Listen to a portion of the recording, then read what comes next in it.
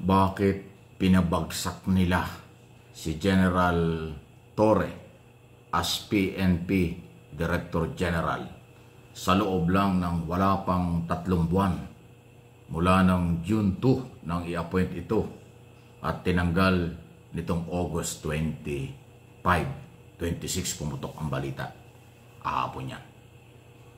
Ano ang dahilan?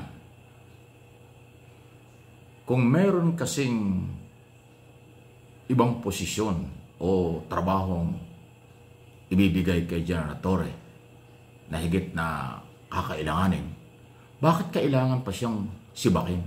Bakit kailangan pa siyang siraan? Yung sinibak, tinanggal bigla. Yung siraan ay yung sinasabing hindi sumunod sa may kaugnayan sa NAPOLCOM at sa DILG. Hindi sila nagkasundo. Ay di ba paninira yan? Pwede naman pag-usapan. Sabi nga ni General Torre, nagkaayos na sila pero naging ground pa rin yun para sibakin. So sa ayaw at sa gusto ng mga taong gumawa, si Torre ay sinibak. Si Torre ay winasak. Si Torre, General Torre, ay pinabagsak sa pwesto. Ano ang dahilan? Kung bibigyan nyo ng trabaho at kailangan nyo, bakit kailangan pansirain ng isang tao? Pwede namang maging suwabe o smooth ang kanyang pagre-resign nang hindi biglaan. Marami namang paraan sa tamang pagre-resign. Di ba? Pwede namang resignation para dahil sa bagong posisyon. Pwede namang kausapin ng maayos at hindi biglaan. Hindi yung nalaman ng taong bayan na meron ng order, wala man lang warning, ni hindi na pag-usapan ng ilang oras o araw man lang na pwede siyang mapalitan. Walang ganun. Bigla-bigla na lang merong order na siya tinatanggal na. So, yan ay isang marahas na aksyon pero pinanindigan ng gobyerno. So, ano yun? Ngayon, kung bibigyan ng bagong posisyon, bakit kailangan pansiraan? Pwede namang marami namang paraan. May kasabihan tayo, pag ginusto, maraming paraan. Pag ayaw, maraming dahilan. Kaya ako naniniwala, personal na opinion ko ito. Kung o-opera nyo ng bagong posisyon at yun naman ang aking nakuha ng impormasyon, bibigyan ng ibang posisyon, ay talagang pag-iisipang mabuti yan kung tatanggapin pa hindi. Kung bibigyan nyo ng posisyon, ay dapat maayos ang pagkakaalis. Smooth transition, maayos na pagtanggal sa kanya o pagkakaalis sa kanya. Pero yung biglaan, ay mahirap yan. Sino kaya ang nasa likod nito? Tanong lang ho, ayaw kong aminin at wala naman akong aaminin. Tinatanong ko rin, sinong nasa likod nito? Biktima si Torre ng matinding galawan sa loob ng gobyerno. Matinding personalan, matinding inggitan, matinding siraan, matinding laglagan, kaya siya nalaglag. Mahirap pumasok sa gobyerno talaga.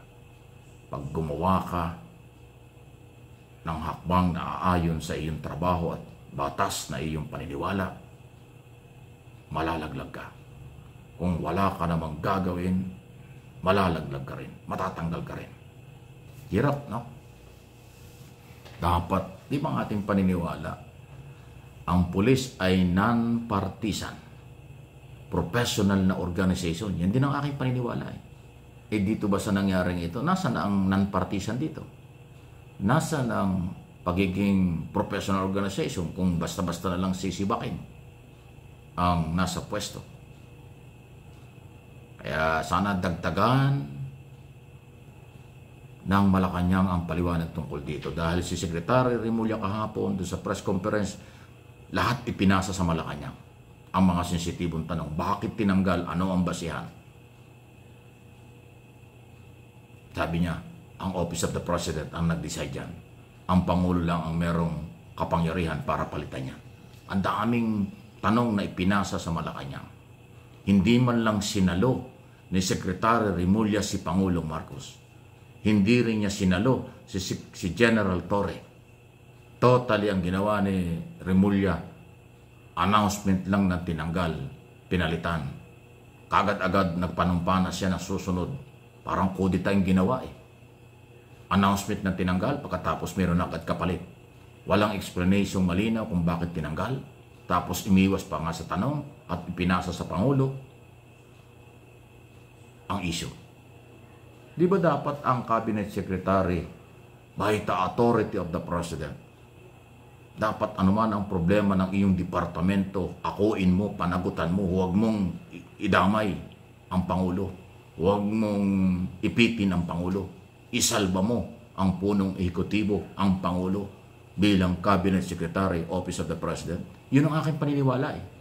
Pero dun sa aking nakita at nadinig at aking personal assessment, personal na opinion, hindi isinalba ni Secretary.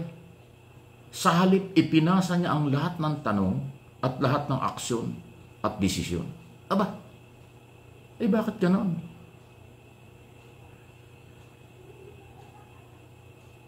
Di ba ang Cabinet Secretary ay Office of the President? Kaya nga mayroong Division of Labor sa gobyerno. Bawat department may secretary. Lahat yan mayroong responsibility and accountability. Transparency, responsibility, and accountability. Inilagay ka ng Pangulo, panindigan mo ang trabaho mo.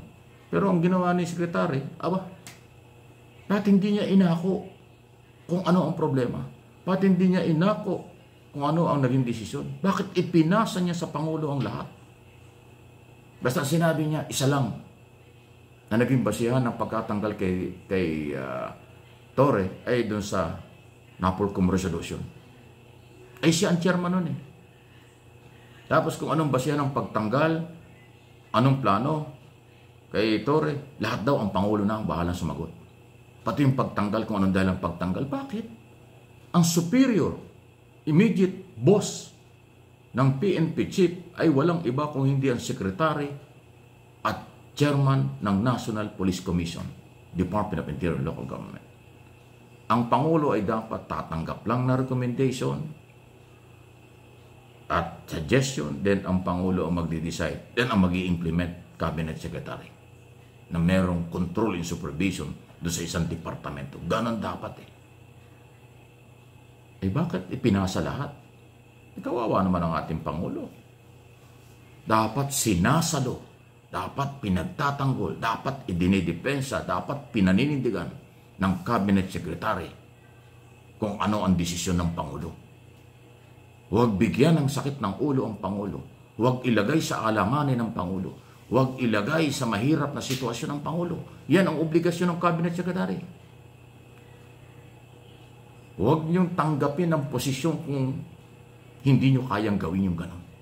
Akin lang ho yung sariling opinion. Mga kaibigan, huwag kayong magagalit sa akin. Hindi ho maganda kapag lahat ipapasa sa Pangulo. Bakit maghuhugas kamay ang Cabinet Secretary? Bakit iiwas ang Cabinet Secretary sa kanyang responsibility and accountability sa mga sensitibong issue? Bakit lahat na lang ay ang Pangulo at ipapasa sa Pangulo? Tanong na hindi natin alam kung bakit nila ginagawa. Bahala na po kayo. Reaksyon, comment, malaya po kayo.